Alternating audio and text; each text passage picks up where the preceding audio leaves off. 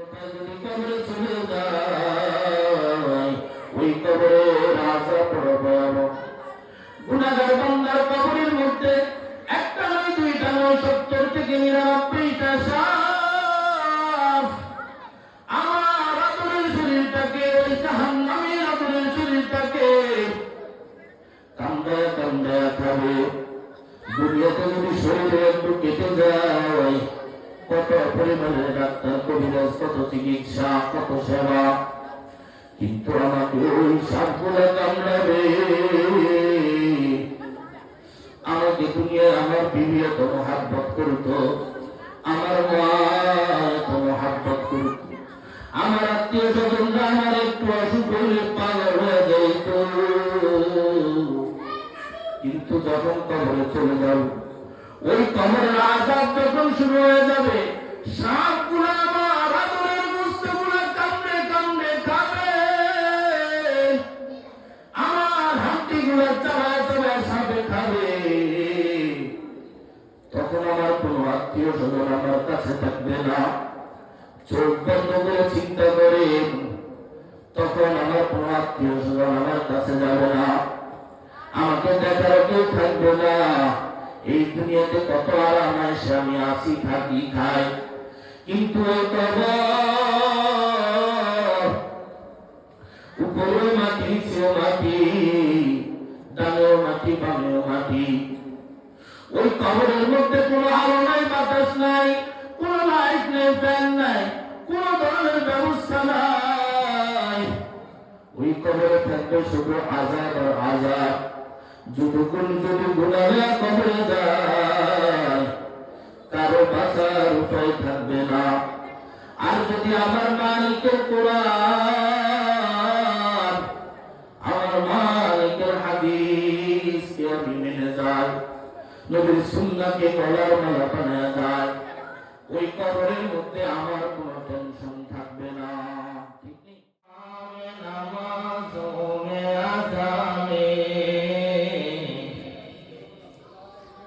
High নাম ইলাহি সমিলা নাম Muhammad, high নাম ইলাহি সমিলা নাম মুহাম্মদ, হাই মিম মাহবুবে মতলক্কা ইশারা, फिर क्यों नहीं महबूब खुदा नाम मुहम्मद, फिर क्यों नहीं महबूब खुदा नाम मुहम्मद। मैं दूर हूँ मजबूर हो या सैयद आलम,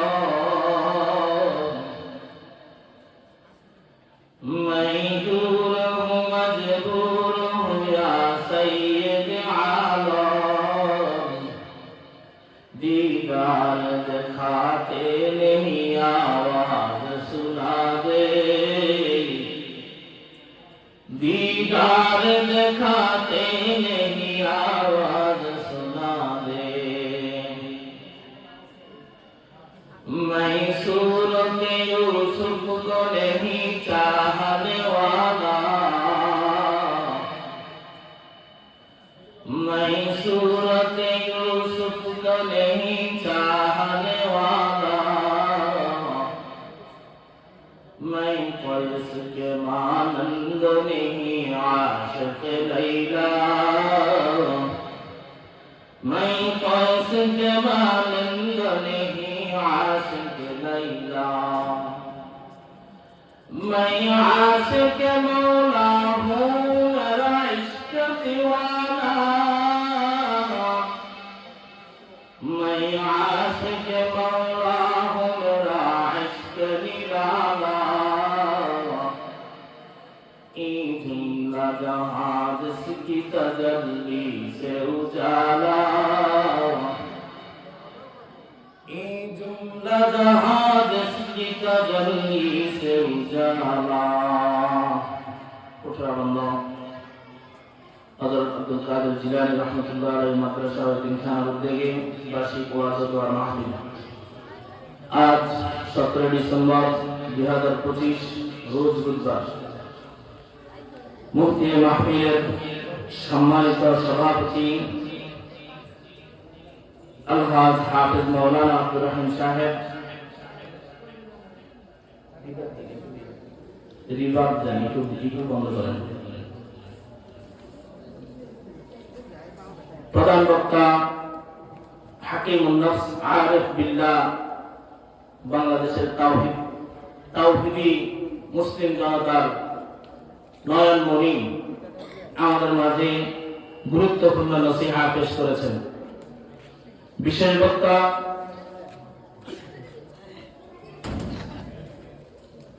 মাওলানা এনায়েতুল্লাহ হাবিবি সাহেব আমাদের মাধ্যমে উপস্থিত আছেন এবং হাফেজ মাওলানা ইউসুফ ওবাইদি সাহেব আরো আমি সহ অন্যান্য ওলামায়ে কেরাম উপস্থিত সম্মানিত মুসলিম আজম দূর দূরান্ত থেকে আগত আল্লাহ পাকের আশিকিন শাকিরিন যাকিরিন মুহিব্বিন মুরব্বিয়ান আজম কলিজার টুকরা যুবক ভাই স্নেহের ছোট ভাই পর্দার আড়ালে অবস্থানরত শ্রদ্ধেয় সম্মানিত মা ও বোনেরা, শুকরিয়া আদায় করি সেই মহান মালিকের যে রব্বুল আলামিন আমাকে আপনাকে আমাদের সবাইকে মূল্যবান হায়াত সুস্থতা দান করে জান্নাতের বাগানে আসার তৌফিক দিয়েছেন। এজন্য সবাই শুকরিয়া আদায় করি আলহামদুলিল্লাহ।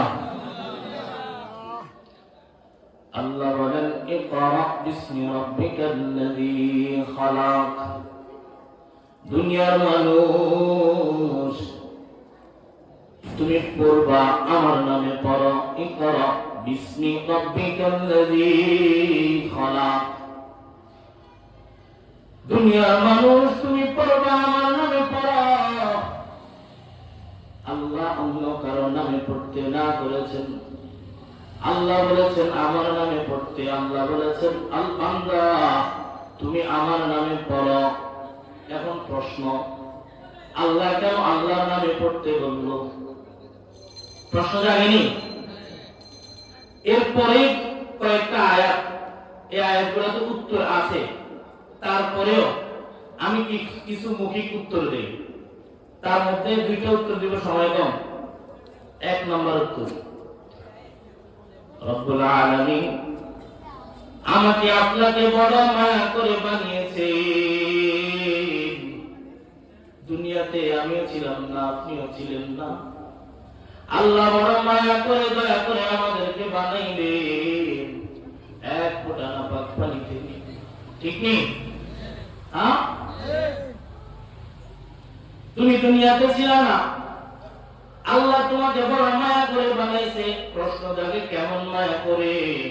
উত্তর, তোমার কোনো অস্তিত্ব পৃথিবীতে ছিল না, কিন্তু রব্বুল আলামিন এক ফোঁটা নাপাক পানি ওই তোমার বাবা থেকে তোমার মায়ের মধ্যে নিয়া আল্লাহ বাচ্চাদারির মধ্যে পৌঁছাইয়া 40 দিন করে করে 40 দিন করে করে তোমার পরিবর্তন করেছেন।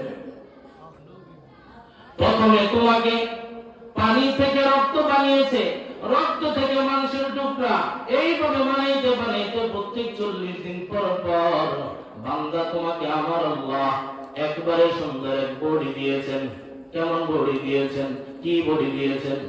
বানাইতে কয়দিন লাগছে? আল্লাহ বলে আমি আসমান এবং জমিন বানাইলাম কয়দিনে? ফি সিত্তাতি আইয়াম, মাত্র 6 দিনে আমি আসমান এবং জমিন বানাইলাম। কিন্তু বান্দা আমি তোমাকে বানাইলাম 8 থেকে 9 মাস লেগেছে। এত বিশাল আকাশ, এত বিশাল জমিন আল্লাহ বানাইলেন, লেগেছে কয় মাস? আর আপনাকে বানাইলো মাত্র 6 দিন, মাত্র 9 মাস। আর 6 দিনে আল্লাহ বানাইলো কাকে? আমাকে। এই জন্য বান্দা তোমার অস্তিত্ব পৃথিবীতে ছিল না, তুমি পৃথিবীতে ছিল না, কিন্তু আমি বড় মায়া করে দয়া করে তোমার বানাইলাম। এখন তুমি দুনিয়াতে আসো, দুনিয়াতে আসার পর তোমার দাঁত ছিল না, আমি তোমাকে দাঁত দিয়েছি, তুমি কোনো কিছু খাইতে পারতা না, আমি তোমাকে খাওয়ার তৌফিক দিয়েছি। তুমি হাঁটতে পারতা না, তুমি চলতে পারতা না, তুমি কথা বলতে পারতা না, এখন তুমি কথা বলতে পারো, এখন তুমি হাঁটতে পারো, খাইতে পারো, চলতে পারো, এখন তুমি বড় হয়ে গেছো, কামাই করতে পারো। বান্দা তুমি যখন বড় হয়েছো, বালেগ হয়েছো, এখন পড়বা কার নামে পড়বা? বলেন কার নামে? বান্দা তুমি পড়বা আমার নামে পড়বা। এটা আমি তোমাকে পৃথিবীতে পাঠানোর সময় বলে দিয়েছি, বান্দা আমি তোমার প্রভু, আমি ব্যতীত তোমার আর অন্য কোনো প্রভু নাই, আমি প্রভু। বান্দা তুমি সাক্ষ্য দাও।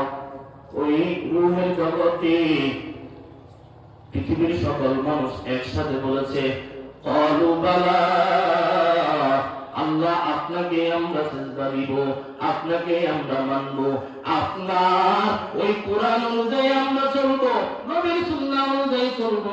এজন্য বান্দা দুনিয়াতে তুমি যখন এসেছো, এখন তুমি পড়বা আমার নামে পড়বা, ইকরা বিসমি রাব্বিকাল্লাযী খালাক। তাহলে পড়বো কার নামে? পড়াবো কার নামে? পড়াবো কার নামে? কাকে পড়াবো? আমি তো পড়বো, ঠিক আছে, কিন্তু আমি পড়াইতে হবে কাকে? পড়াবো আমার সন্তানদেরকে। কাকে? আমি পড়বো আল্লাহর নামে, আমার সন্তানরাও পড়বে আল্লাহর নামে। তাহলে আল্লাহর কাছে যে ওয়াদা দিয়ে আসি, সেই ওয়াদাটা রাখা হবে, ঠিক নেই? তাহলে ওয়াদা রাখা হবে না। তোমাকে আমি বানিয়েছি, তুমি আমার নামে পড়বা, আমি ব্যতীত অন্য কারো নামে পড়বা না, আমি ব্যতীত অন্য কারো নামে পড়বা না। যদিও পড়ো, সেই পড়ার সাথে আমাকে বান্দা রাখিও। তো রাখলে কি হবে? যদি অন্য কোনো পড়া পড়ো, যদি অন্য কোনো পড়া পড়ো, কোরআন ব্যতীত, হাদিস ব্যতীত অন্য পড়া, দুনিয়াবি শিক্ষা, সেখানে যদি তুমি পড়ো, সেখানে যদি আমাকে তোমার সাথে রাখো, রাখলে কি হবে? বলে উত্তর হচ্ছে, তুমি যদি তোমার দুনিয়াবি পড়ার সাথে আমাকে রাখো, আমার কোরআন রাখো, আমার সুন্নাহ রাখো, আমার হাদিস রাখো, তোমাকে দেশ থেকে পালাইতে হবে না, ঠিক নেই? তুমি যদি তোমার নবীর আদর্শ অনুযায়ী জীবন গঠন করো, তুমি যদি কোরআন মেনে তোমার জীবন পরিচালনা করো, তুমি যদি কোরআন পড়ে পড়ে তোমার সমাজ ব্যবস্থা পরিচালনা করো, তুমি যদি কোরআন পড়ে পড়ে তোমাকে পরিচালনা করো, তাহলে তোমার খুলুকে হাসানা এমন হয়ে যাবে, পুরা দেশের মানুষ তোমাকে উসমান হাদির মতো মহাব্বত করবে, ঠিক নেই? ঠিক, ঠিক বললেও ঠিক, না বললেও ঠিক, এটাই ছিল সত্য। তাহলে এক নম্বর আমরা বললাম, আল্লাহ আমাদেরকে বানাইছে বড় মায়া করে, এই জন্য পড়বো কার নামে? পড়াবো কার নামে? আচ্ছা, পড়াবো আমরা যাদেরকে, তারা আমাদের সন্তান, নাতি নাতনি, আত্মীয় স্বজন, দায়িত্ব কাদের উপর? যদি দায়িত্ব পালন না হয় তাহলে কি হবে? আযাবান শাদীদা, এটা পরে আলোচনা আসতেছে। দুই নম্বর কথা, কেন আমরা আল্লাহর নামে পড়ব? বলে তুমি যদি আল্লাহর নামে পড়ো, তুমি বড় সম্মানিত হবা। বলে কেমন সম্মানিত? উত্তর, ওই নবী মুহাম্মদুর রাসূলুল্লাহ সাল্লাল্লাহু আলাইহি ওয়াসাল্লামের উপর এই সূরা আলাকের যে 5 আয়াত একসাথে হেরা গুহার মধ্যে অবতীর্ণ হলো, ওই 5 আয়াত শুরু হয়েছে আমার নবী গ্রহণ করেছেন। 3 বার ধাক্কা খাওয়ার পর পর নবী গ্রহণ করেছেন। 3 বার ধাক্কা খাওয়ার পর, চাপ খাওয়ার পর নবী গ্রহণ করেছেন 5 আয়াত। ওই 5 আয়াত একসাথে গ্রহণ করেছেন। এরপরে যে কোরআন নাযিল হলো নবীর উপরে, ক্রমান্বয়ে ক্রমান্বয়ে 1 আয়াত 2 আয়াত, 1 সূরা 2 সূরা, অল্প অল্প অল্প করে নবীর উপরে নাযিল হয়েছে। বলে তাহলে নাযিল হয়েছে কি হয়েছে? বলে আমার নবী কোরআনকে গ্রহণ করেছে, আমার নবী কোরআন অনুযায়ী জীবন যাপন করেছে, আমার নবী আমার আল্লাহর কোরআন দ্বারা নিজেকে দুনিয়ার মধ্যে পরিচালিত করে গিয়েছেন, যার কারণে আমার নবী এত সম্মানিত হয়েছেন, এত সম্মানিত হয়েছেন। বলে কি সম্মানিত হয়েছে? আমার নবী কোরআন গ্রহণ করেছেন, কোরআন অনুযায়ী আমল করেছেন। আম্মা জান আয়েশা রাদিয়াল্লাহু তাআলা আনহার কাছে প্রশ্ন করে নবীর চরিত্র কেমন ছিল। সাহাবীরা প্রশ্ন করার পর নবী বলে কানা খুলুকুল কুরআন, নবীর চরিত্র ছিল কিসের মতো? কোরআনের মতো। কিসের মতো? ওই নবী কোরআন দিয়া নিজের জীবন পরিচালনা করার পর আমার নবীকে আল্লাহ এমন সম্মান দিয়েছেন, ওই গাছের পাখিগুলো আমার নবীকে দেখলে সালাম দেয়, রাস্তার গাছগুলো আমার নবীকে দেখলে ধুয়ে ধুয়ে সালাম দেয়, ওই সমুদ্রের মাছগুলো আমার নবীকে সালাম দেয়। আমার নবীর জন্য পাগল আমার নবীকে সালাম দেয়। আমার নবীর জন্য ওই বনের হরিণীয় পর্যন্ত পাগল আমার নবীকে বনের হরিণীয় পর্যন্ত সালাম দিয়েছে। কি কারণে? কানা খুলুকুল কুরআন, তার চরিত্র কোরআনের মতো, সেই কারণে। আমার নবী সাল্লাল্লাহু আলাইহি ওয়াসাল্লাম এত দামি হয়েছেন, মিম্বার ছিল না, মিম্বার ছিল না।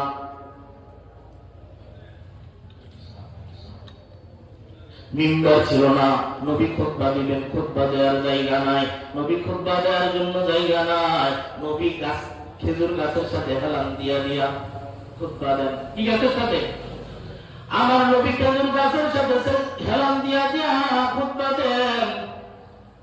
অনেক দীর্ঘদিন খুতবা খেজুর গাছের সাথে দেওয়ার পর হঠাৎ করে মিম্বার বানানো হলো। নবী আমার এবার খেজুর গাছের সাথে হেলান দেয়া বাদ দিয়ে আমার নবী মিম্বারের মধ্যে দাঁড়ায় খুতবা দেন। আমার নবী যখন খেজুর গাছের সাথে হেলান দেয় না, খেজুর গাছ বিনে বিনে কান্না করে। সাহাবায়ে কেরাম রাদিয়াল্লাহু তাআলা আজমাইন খেজুর গাছের কান্না দেখে, খেজুর গাছের কান্না যখন দেখলো, নবীর কাছে দৌড়াইয়া গিয়া বলে নবী আমার ওই খেজুর গাছ কান্না করে। নবী তাড়াতাড়ি খেজুর গাছের কাছে চলে আসছে। নবী খেজুর গাছের পাশে আইসা খেজুর গাছকে প্রশ্ন করে, হে খেজুর গাছ কেন কান্না করো, কি সমস্যা? খেজুর গাছের জবান খুলে গেছে। খেজুর গাছ কয় মৃত খেজুর গাছ। খেজুর গাছ বলে নবী আমার আপনি আমার সাথে হেলান দিয়া দিয়া খুতবা দিতেন, আমি নিজেকে বড় ধন্য মনে করতাম। এখন আপনি আমার সাথে হেলান দিয়া খুতবা দেন না, আমি এখন নিজেকে বড় অসহায় মনে করি। আমার কপাল বড় খারাপ, আমার নবী মুহাম্মদ কলিজার নবী আমার সাথে হেলান দিয়া আছেন, খুতবা দেয় না, বুঝি আমার কোনো দাম নাই। নবী বলে হে খেজুর গাছ এখন তুমি বলো কি চাও? খেজুর গাছ বলে হে নবী আমাকে আপনি ওই মানুষের মতো জানাজা দিয়া দাফন করে দেন। সুবহানাল্লাহ। নবীর কাছে আবদার জানাই খেজুর গাছ আমাকে জানাজা দিয়ে দাফন করে দেন। নবী জানাজা দিয়েছেন, জানাজা দিয়া খেজুর গাছকে সাহাবায়ে কেরামদেরকে নিয়া কবর দিয়া দিলেন। কোথায় কবর দিলেন? ওই নবীর মিম্বার, খুতবা দেয়ার মিম্বার, এখনকার যে খুতবা দেয়ার মিম্বার, নবীর মিম্বার তো পাশেই আছে, ওখানে কেউ যায় না। আল্লাহ তো তৌফিক এখন দেয় নাই, দেখতে পারি না। পড়াশোনা করে যেটুকু পাইলাম, যেটুকু পেয়েছি সেটুকুই বলছি। ওই মিম্বার থেকে নবী যেখানে দাঁড়ায় দাঁড়ায় খুতবা দেন, সেই জায়গা থেকে নবীর রওজা, যেই জায়গা, এই জায়গাতে বলা হয় রাউযাতুম মিন রিয়াজিল জান্নাহ। নবী আমার খেজুর গাছটাকে ওই জায়গার মধ্যে গর্ত করে দাফন দিয়েছে। আপনারা যারা গিয়েছেন অথবা যারা যাবেন ওই রাউযাতুল মিন রিয়াদুল জান্নাহর মধ্যে যাবেন, গিয়ে দেখবেন কতগুলা পাথরের কতগুলা খুঁটি, প্রত্যেকটা খুঁটির মধ্যে খচিত খচিত লেখা আছে। একটার মধ্যে লেখা আছে সুতুনে আয়েশা রাদিয়াল্লাহু তাআলা আনহা। ওই খুঁটি হযরত আয়েশা রাদিয়াল্লাহু তাআলা আনহা যে খুঁটির সাথে হেলান দিয়া অনেক ইবাদত করতে, সেই খুঁটি হইল সুতুনে আয়েশা। আরেকটি খুঁটি আছে সুতুনে তওবা, আরেকটি খুঁটি আছে উস্তুনে হান্নানা, খেজুর গাছের খুঁটি। উস্তুনে হান্নানা আজ হাজরে রাসূল নাআলা মিজাত হামছুমার বাবাহুর। আমার নবী কোরআনকে অ্যাকসেপ্ট করেছেন, নিজের জীবনের মধ্যে কোরআনটাকে নিজের জীবন সাজিয়েছেন। আমার নবীর জন্য পৃথিবী পাগল। এখনো আমার নবীর নাম যখন শোনা হয়, পৃথিবীর মুসলমান গুলা, নবীর আশিক গুলা সাথে সাথে বলে সাল্লাল্লাহু। শুধু তাই না, আমার নবীর জীবনী যখন কাউকে শোনানো হয়, কোন আলেম যখন আমার নবীর জীবনী শোনায়, নবীর আশিকের চোখ দিয়া পানি পড়ে। এটার কারণ হচ্ছে আমার নবীর মহাব্বত। কিসের মহাব্বত? আমার নবীর মহাব্বত কেন হয়েছে? কারণ নবী কোরআনকে অ্যাকসেপ্ট করেছেন, নবী আমার দামি হয়ে গেলেন। এখন আমরাও যদি কোরআনকে গ্রহণ করি, আমরাও যদি কোরআন অনুযায়ী জীবন পরিচালনা করি, সাহাবীরা কোরআন দিয়ে জীবন পরিচালনা করেছেন, সাহাবীরা তো মারা গেছেন। 10 জন সাহাবী দুনিয়া থেকে জান্নাতের সার্টিফিকেট পেয়েছে একমাত্র কোরআন গ্রহণ করার কারণে। কিসের কারণে? চিল্লা বলেন, কিসের কারণে? আপনারা কি বাজা তোমরা জানলে কথা বলতে হবে। একজন বয়ান করবে, বাকিরা সবাই শুনবো। লড়া নিলে লড়ে, হিলাই নিলে কি জানি, হিলাইছি যদি হিলাইছি, লড়া নিলে লড়ে, এরকম হইলে তো হবে না। কথা বলতে হবে। বয়ান আসবে কিভাবে? বক্তা কথা বলবে, শ্রোতারা সামনে থেকে খেলা দিব, তারপরে কি হবে? বয়ান হবে। এখন একদিকে বলবে, আরেকদিন শুনবে। আসেনি না ঘুমাইছেন? আসতে সামনে আসেন। যদি বেজার না থাকে সবাই বলে আসে। আমার মানুষ 5 জন ধরে নেন, 5 জনের বয়ান চলতেছে, সময় তো অল্প। আমি তো বড় আলেমও না, তো আপনাদের সামনে বসছি, আপনাদের মাদ্রাসায় আছি 3 বছর। চাই আপনাদেরকে কোরআন সম্পর্কে কিছু বলি, আপনারাও শুনেন। হায়াত মওত কার কোনো কি নেই, কোনো গ্যারান্টি নেই। যে কোনো সময় আমাকে আল্লাহ ডাক দিলে চলে যেতে হবে। রিজিক কার কোথায় কয়দিন আছে কোনো গ্যারান্টি নেই। এজন্য কিছু কথা বলি। মহব্বত বাড়ক, সবাই কাছে আসে, সবাই কাছে আসি। জুতা চুরি কেউ করবে না, জুতা ওখানে থাকুক, সামনে আসে। তাহলে 2 কারণে আমরা কোরআন পড়বো, শুধু 2 কারণ, আর বলবো না। কারণের কোনো শেষ নাই। এবার প্রশ্ন হলো, কোরআন আমরা পড়বো, কোরআন আমরা মানবো। কোরআন যদি আমরা পড়ি, কোরআন যদি আমরা মানি, তাহলে কি হব? উত্তর হইলে আপনারা, আমরা শিক্ষিত হব। কি হব? শিক্ষিত হব। কোরআন মানলে, কোরআন মানলে, কোরআন পড়লে, কোরআন অনুযায়ী জীবন যাপন করলে আমরা হব কোরআনওয়ালা, আমরা হব জান্নাতওয়ালা। ঠিক নেই? আমরা যদি কোরআনওয়ালা হয়ে যাই, টেনশন আসেনি? হ্যাঁ, যদি আমরা কোরআন মানি, কোরআন ছেলেকে পড়াই, মেয়েকে পড়াই, আমার সন্তানদেরকে পড়াই, আমার আত্মীয় স্বজনকে যদি আমি কোরআন পড়াই, কোরআন মানি, কোরআন অনুযায়ী জীবন যাপনকারী তা করি, তাহলে আমি হব সম্মানী। কি হব? শিক্ষিত। কি হব? শিক্ষিত। এবার শিক্ষিত 2 প্রকার। শিক্ষিত কয় প্রকার? 2 প্রকার।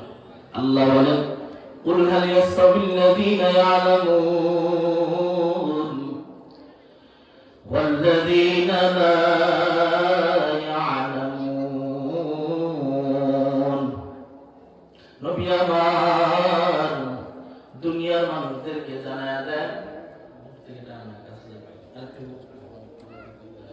দুনিয়ার মানুষদেরকে জানায়া দেন, যারা জানে এবং যারা জানে না তারা কি এক। এবার আমি আপনাদেরকে প্রশ্ন করতেছি, আল্লাহ নবীর মাধ্যমে দুনিয়ার মানুষদেরকে বলেছেন, নবী দুনিয়ার মানুষকে বলে দেন কুল হাল ইয়াস্তাবিল্লাযীনা ইয়া'লামুন হাল ইয়াস্তাবি, কিভাবে এক হয় একরকম হয়, ইয়া'লামুন যারা জানে, ওয়াল্লাযীনা লা ইয়া'লামুন এবং যারা জানে না। যারা জানে এবং যারা জানে না, আপনারা বলেন তারা কি এক? না। যারা জানে তাদেরকে বলে শিক্ষিত, আর যারা জানে না তাদেরকে বলে অশিক্ষিত। যারা জানে তাদেরকে বলে জ্ঞানী, যারা জানে না তাদেরকে বলে অজ্ঞানী। ঠিক নেই? হ্যাঁ, এবার আসেন, যারা জানে না তারা অশিক্ষিত, তারা অজ্ঞানী, কিন্তু যারা জানে তারা জ্ঞানী। দুনিয়ার মানুষ দুই ভাবে বিভক্ত, একদম শিক্ষিত আর একদম অশিক্ষিত। ঠিক নেই? একদম কোরআনের আলেম, একদম জাগতিক আলেম, একদম দুনিয়ার আইনের শিক্ষিত, আর একদম কোরআনের শিক্ষিত, হাদিসের শিক্ষিত। দুনিয়ার শিক্ষার কোনো দাম নাই, আসেনি? কোরআনের শিক্ষার দাম। এখন প্রশ্ন, দুনিয়ার শিক্ষার দাম কতটুকু? দুনিয়ার শিক্ষার দাম যখন মৃত্যুর গর্ভে চলে আসবে ওই পর্যন্ত। ঠিক নেই? হ্যাঁ, মৃত্যুর গর্ভে আসার আগ মুহূর্ত কোরআনের জ্ঞানের, দুনিয়ার জ্ঞানের প্রয়োজন, দুনিয়ার টাকার প্রয়োজন, দুনিয়ার পয়সার প্রয়োজন। কিন্তু মৃত্যু যখন এসে যায়, দুনিয়ার জ্ঞানের আর প্রয়োজন আছে কিনা? আসেনি? না। কারণ কি? কারণ কি? মৃত্যু যখন এসে যাবে, ওই মৃত্যুর গর্ভে যখন চলে আসবে, মালাকুল মউত যখন চলে আসবে, এখন প্রয়োজন হবে কোরআনের শিক্ষা, এখন প্রয়োজন হবে লা ইলাহা ইল্লাল্লাহু মুহাম্মাদুর রাসূলুল্লাহ সাল্লাল্লাহু আলাইহি ওয়াসাল্লাম। বলে দুনিয়ার শিক্ষা শিখেছে হাজার কোটি টাকার মালিক, টাকার অভাব নাই, শিক্ষার অভাব নাই। আমি অমুক অমুক কোর্টের জজ, আমি ব্যারিস্টার, আমি এসপি, আমি ডিসি, আমি অমুক তমুক, দুনিয়ার লাইনে আমি অনেক বড়, কিন্তু আমি কালিমা জানি না, আমি নামাজ জানি না, আমি রোজা জানি না। রোজা কিভাবে, কেমনে, কি করে, ইসলাম কি বলে, কোরআন কি বলে, হাদিস কি বলে, কোনো কিছু আমার মধ্যে নাই। আছে আমার কাছে দুনিয়ার জ্ঞান, আমার কাছে আছে আমি ওসি, আমি ডিসি, আমি এসপি, আমি জজ, আমি উকিল, আমি ব্যারিস্টার। এখন বলেন, মৃত্যুর সময় যখন আজরাইল চলে আসবে, তখন আমি যদি বলি, এ আজরাইল, আমি না অনেক বড় অফিসার, বাংলাদেশ হাইকোর্টে আমি অনেক বড় দায়িত্বে আছি, শেষ, এরপরে মৃত্যু হয়ে গেল, কি হবে? কি হবে? খালিদিনা ফিহা জাহান্নাম, জাহান্নাম ছাড়া উপায় নাই, জাহান্নামে যাওয়া ছাড়া উপায় থাকবে। আর যদি দুনিয়ার জ্ঞান, কোরআনের জ্ঞান, কোরআনের ইলম কারো ভিতরে থাকে, সেই ব্যক্তির কোনো টেনশন নাই। দুনিয়াতে সে কুড়ে ঘরে ছিল, দুনিয়াতে সে বড় দালান কোঠায় থাকতে পারে নাই, টিনের ঘরে ছিল, ছনের ঘরে ছিল, তার খাওয়ার কিছু ছিল না, তার ঘুমানোর কিছু ছিল না, বিশাল বড় বাংলা ছিল না, কিন্তু ছিল তার আল্লাহ। আল্লাহ তার ছিল বাবার মালিক। সে বলেছে ফজরের আযান হয়েছে, ঠান্ডা কাল, শীতকাল, উঠতে কষ্ট হয়, কিন্তু সে ডাক দিয়া বলে আমার মালিকের জন্য ডাক দিয়া হলো, আমি এখন আমার মালিকের সিজদায় পড়ে যাব। ভুল থেকে যত কষ্ট হোক, কোথায় যাবে? কোথায় যাবে? কারণ কি? কারণ হইল দুনিয়ার ইলম না, তার কাছে কোরআনের ইলম, তার কাছে হাদিসের ইলম আছে। দুনিয়ার মানুষগুলা দুই ভাগে বিভক্ত, একদল দুনিয়ার শিক্ষিত, আর একদল কোরআন হাদিসের শিক্ষিত। দুনিয়ার শিক্ষার কোনো ভ্যালু নাই, দুনিয়ার শিক্ষার কোনো দাম নাই। দুনিয়ার শিক্ষার দাম আছে ততক্ষণ যতক্ষণ দুনিয়ার শিক্ষার সাথে কোরআন আছে, হাদিস আছে, ততক্ষণ দুনিয়ার শিক্ষার দাম আছে। আর দুনিয়ার শিক্ষার সাথে কোরআনও নাই, হাদিসও নাই, দুনিয়ার শিক্ষার কোনো ভ্যালু, কোনো ভ্যালু। আমি দুনিয়ার লাইনে অনেক বড় নেতা, কিন্তু আমার নবী কি বলেছে আমি জানি না, আমার নবী আমাকে সমাজ ব্যবস্থার কথা কি বলেছে জানি না, আমার আল্লাহ কোরআনের মধ্যে সমাজ ব্যবস্থার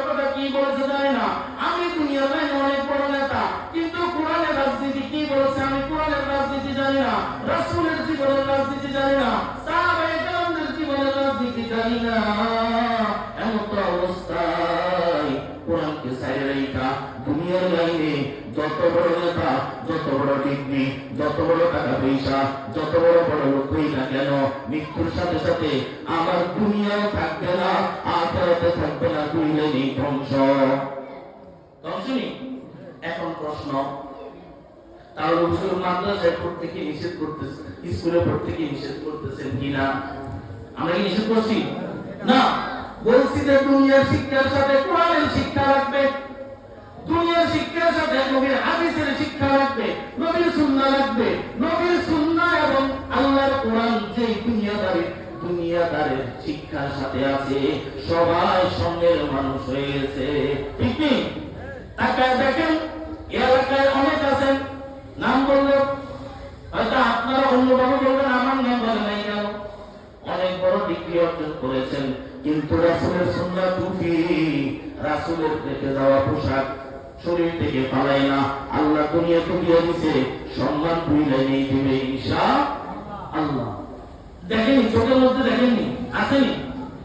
বহু বড় বড় সেনাবাহিনীর অফিসার তাবলীগের সাথে জড়িত, কোরআনের সাথে জড়িত, হাদিসের সাথে জড়িত, কোরআন হাদিস মেনে মেনে আমল করে তাবলীগের লাইনে সম্পর্ক লাগায়, বিভিন্ন সংগঠনের সাথে সম্পর্ক লাগায়া কোরআন এবং হাদিস শিখে এবং নিজের জীবন পরিচালনা করে।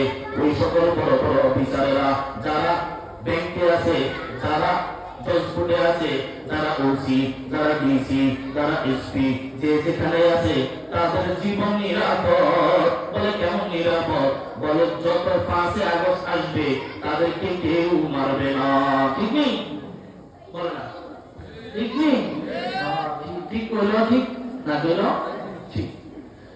দুনিয়ার শিক্ষার কোনো দাম নাই। দুনিয়ার মধ্যে তাহলে কয় ধরনের লোক থাকে? 2 ধরনের।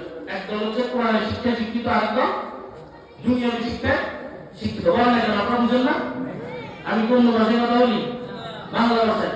দুনিয়ার মধ্যে 2 ধরনের শিক্ষিত, একদল কোরআনের শিক্ষিত, আরেকদল দুনিয়ার লাইনে শিক্ষিত। দুনিয়ার লাইনের কোনো দাম নাই যদি কোরআন এবং হাদিস না থাকে। যদি কোরআন এবং হাদিস না থাকে। এখন যারা কলেজে পড়ে, ইউনিভার্সিটিতে পড়ে, ভার্সিটিতে পড়ে, স্কুলে পড়ে, তাদেরকে কি আমরা মাদ্রাসায় চলে আসতে বলছি? বলছি না।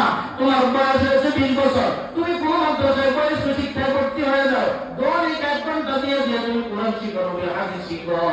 এইভাবে তোমার জীবনটা আগামী 5 বছর পর আল্লাহ স্বর্ণের জীবন বানায় দিবে। তোমার কোনো টেনশন নাই। তুমি চাকরিতে যাও, সম্মান পাইবা। তুমি ব্যবসা করো, সম্মান পাইবা। তুমি যেখানে যাও মানুষ তোমাকে সেলুট করবে, কেউ তোমাকে ঘৃণা করবে না। ঠিক নেই? কোরআনের আলেমের বড় দাম।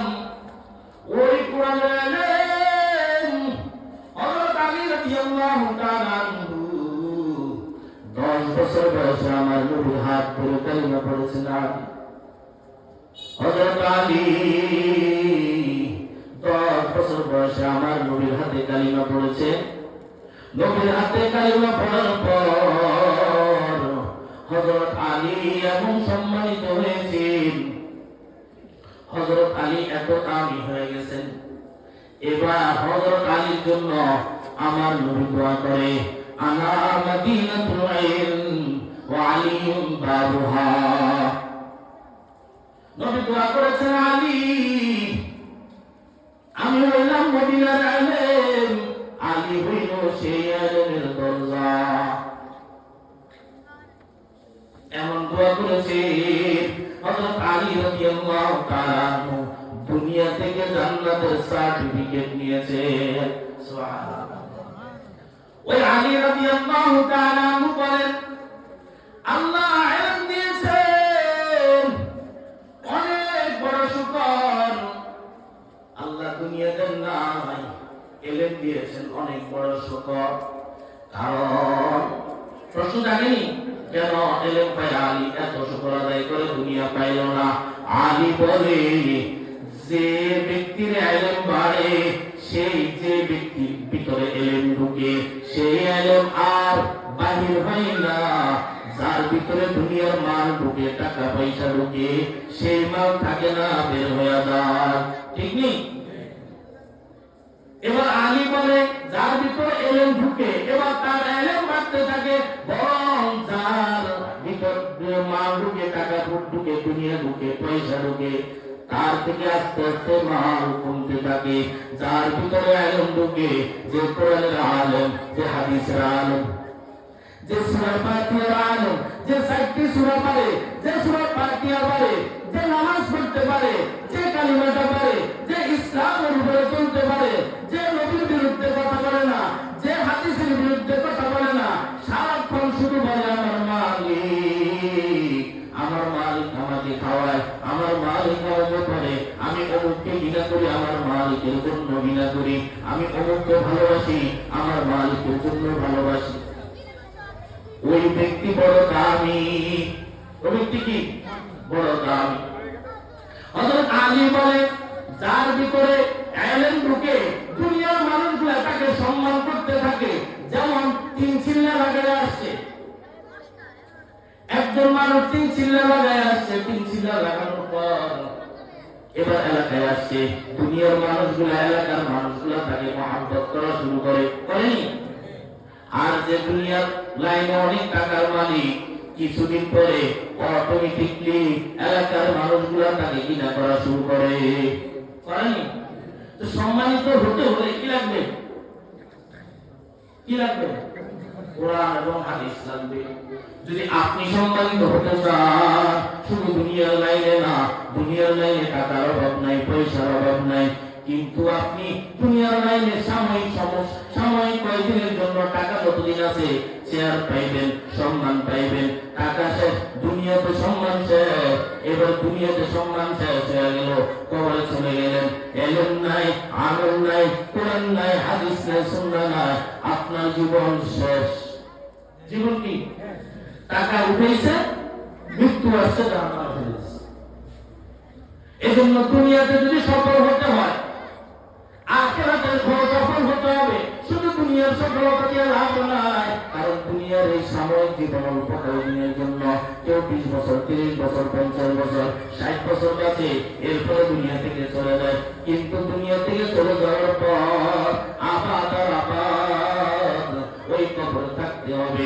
কেমন আবাদ আর আবাদ? বলেন, আপনার দাদার বাবার নানা গেছে কয় বছর? হিসাব করেন, ধরে নেন 7 জন, 100 বছর করে, 50 বছর করে, 250 বছর, কয় বছর? 250 বছর হয়ে গেল। আপনার দাদার বাবার নানা দাদা চলে গেল।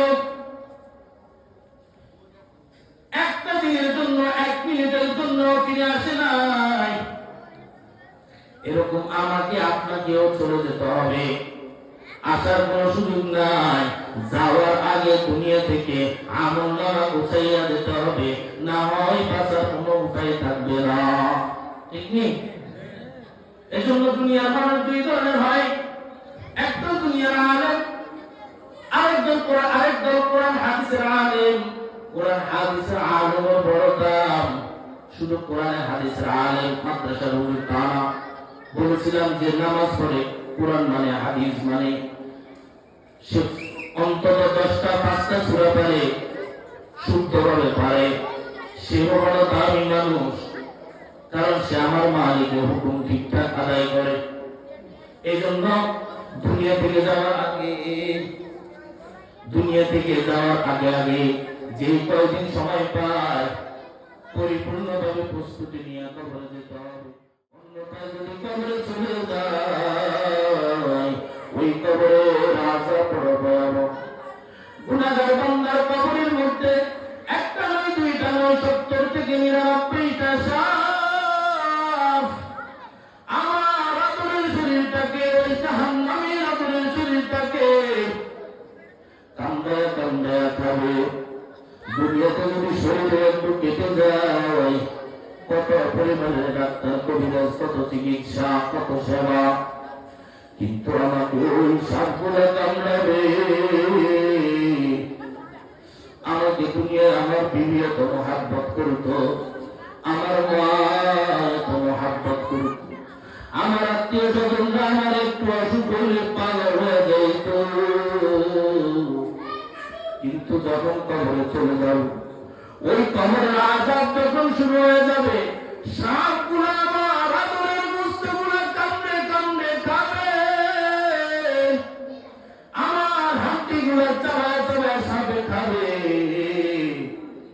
তখন আমার কোনো আত্মীয় স্বজন আমার কাছে থাকবে না। চোখ বন্ধ করে চিন্তা করে, তখন আমার কোনো আত্মীয় স্বজন আমার কাছে যাবে না, আমাকে দেখার কেউ থাকবে না। এই দুনিয়াতে কত আরাম আছে, আমি আছি, থাকি, খাই, কিন্তু ওই কবর, উপরেও মাটি, নিচেও মাটি, ডানেও মাটি, বামেও মাটি। ওই কবরের মধ্যে কোনো আলো নাই, বাতাস নাই, কোনো লাইট নেই, ফ্যান নাই, কোনো ধরনের ব্যবস্থা নাই। ওই কবরে থাকবে শুধু আযাব আর আযাব। যদি গুনাহগার কবরে যায়, কারো বাঁচার উপায় থাকবে না। আর যদি আমার মালিকের কোরআন, আমার মালিকের হাদিসকে আমি মেনে যাই, নবীর সুন্নাহকে গলার মালা বানায়া যায়, ওই কবরের মধ্যে আমার কোনো টেনশন থাকবে না। ঠিক নেই? থাকবে? কোনো টেনশন থাকবে?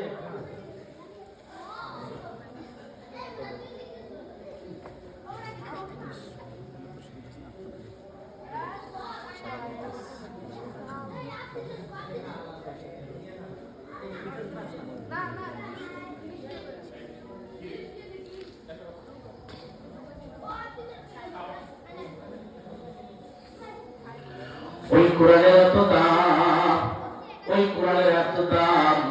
হযরত আলী রাদিয়াল্লাহু তাআলা এত দামি হয়েছেন ওই কোরআন শিখে, ওই হাদিস শিখে। নবীজির কলিজার টুকরা হযরত ফাতেমা রাদিয়াল্লাহু তাআলা আনহা হঠাৎ একদিন নবী করিম সাল্লাল্লাহু আলাইহি ওয়াসাল্লাম মসজিদে নববীতে ঘোষণা দিয়েছে ফাতেমাকে বিয়ে দিবেন। হযরত আলী প্রস্তাব দেন নাই, আবু বকর প্রস্তাব দিলেন, ওমর প্রস্তাব দিলেন, সবাই প্রস্তাব দিলেন, কারো প্রস্তাব নবী গ্রহণ করেন নাই। হযরত আলী যখন প্রস্তাব দিয়েছেন, নবী সাল্লাল্লাহু আলাইহি ওয়াসাল্লাম গ্রহণ করেছেন। কিসের কারণে? ইলম হওয়ার কারণে, ইলম ওয়ালা হওয়ার কারণে। ইলম ব্যতীত দুনিয়াতেও কোনো দাম নাই, আখিরাতেও কোনো দাম নাই। এজন্য যদি আমরা তো অবশ্যই কবরে যেতে হবে, যেতে হবে নি? কতজন স্ট্রোক করে নাই? আচ্ছা, আমাদের হুজুরের দিকে তাকান। আগের দিন দেখলাম হুজুর আসার সময় রুমে সাক্ষাৎ করে গেছে, হুজুরের সাথে মুসাফা হয়েছে, কথা হয়েছে। পরের দিন সকালে শুনি হুজুর স্ট্রোক করছে। এটা কেমন? এজন্য দুনিয়ার এই হায়াতের কোনো গ্যারান্টি নাই, আসার সিরিয়াল আছে, যাওয়ার কোনো সিরিয়াল নাই। এজন্য ভালোভাবে প্রস্তুতি না নিয়ে যদি কবরে পা রাখেন, ফিরে আসার কোনো সুযোগ থাকবে না। এজন্য পরিপূর্ণ প্রস্তুতি নিয়ে যেতে রাজি আছেন তো? আলোচনা দীর্ঘ করা যাবে না, আমাদের আরো অতিথি আছে। যারা যারা পরিপূর্ণ ঈমান ও আমল সাজাইয়া, কোরআন ও হাদিসকে গুরুত্ব দিয়া, নবীর সুন্নাহ অনুযায়ী, কোরআন অনুযায়ী জীবন সাজায়া কবরে যেতে চান, সবাই হাত তুলি। আলহামদুলিল্লাহ, আল্লাহ তোমার বান্দাদেরকে কবুল করে না। শুধু হাত নিজের জন্য না, নিজের সন্তানের জন্য, নিজের নাতির জন্য, নিজের মেয়ের জন্য। কারণ আপনি আপনার সন্তানকে, আপনি আপনার মেয়েকে পরিপূর্ণভাবে মানুষ করে যদি না যান, আপনি যদি কবরে চলে যান, সন্তানকে এখন দিয়েছেন ফ্রি স্কুলে, সন্তানকে দিয়েছেন ফ্রি ওইখানে সেইখানে পড়ান, কিন্তু কোরআন শিখে পড়ান। কিন্তু আপনি আপনার সন্তানকে এখন যেখানে দিয়েছেন, এই অবস্থায় যদি আপনি মারা যান, আপনার সন্তানটা সঠিক পথ পাইল না, সঠিক গাইডলাইন পাইল না, আপনি চলেন কবরে, আপনি চলে গেলেন কবরে। আপনার সন্তান হইল একজন জালেম, আপনার সন্তান হইল একটা বেয়াদব, আপনার সন্তান হইল বেনামাজি। এমন অবস্থায় যখন সন্তানও আপনার সামনে কবরে চলে যাবে, তখন আল্লাহ প্রশ্ন করবে, আল্লাহ প্রশ্ন করবে, তুমি কেন কোরআন শিখো নাই, হাদিস শিখো নাই? তখন ওই সন্তান বলবে ক্বালু আতা'না ক্বালু রাব্বানা আতা'না সাদাতানা ওয়া কুবরানা ফাআদাল্লুনা সাবিলা। ওই সন্তান বলবে আল্লাহ, আমি আমার নেতার কথা মেনেছি, আমি আমার মায়ের কথা শুনেছি, আমি আমার বাবার কথা শুনে দুনিয়ার শিক্ষায় শিক্ষিত হয়ে কবরে চলে আসছি, জালেম হয়ে আসছি, বেয়াদব হয়ে আসছি। আমি তো কোরআন সম্পর্কে জানি না, আমি তো হাদিস সম্পর্কে জানি না, এমন তো অবস্থায় আমি তো চলে আসলাম কবরে। এখন আমার কোনো দোষ নাই, আমার মা এবং বাবার কাছে আপনারা জিজ্ঞান, আপনি জিজ্ঞান, আমার মা বাবার কাছ থেকে আপনি জিজ্ঞান। এই সকল দোষের মূল কারণ, মূল আসামি হইল আমার মা বাবা। আমার মা বাবার কাছ থেকে সেটা জবাব। এই জন্য এই জবাব থেকে বাঁচতে চান তো? আল্লাহ তাআলা আমাদের সবাইকে কবুল করুন, সবাই বলেন আমিন। ওয়া আখিরু দাওয়ানা আলহামদুলিল্লাহি রাব্বিল আলামিন। যে কথা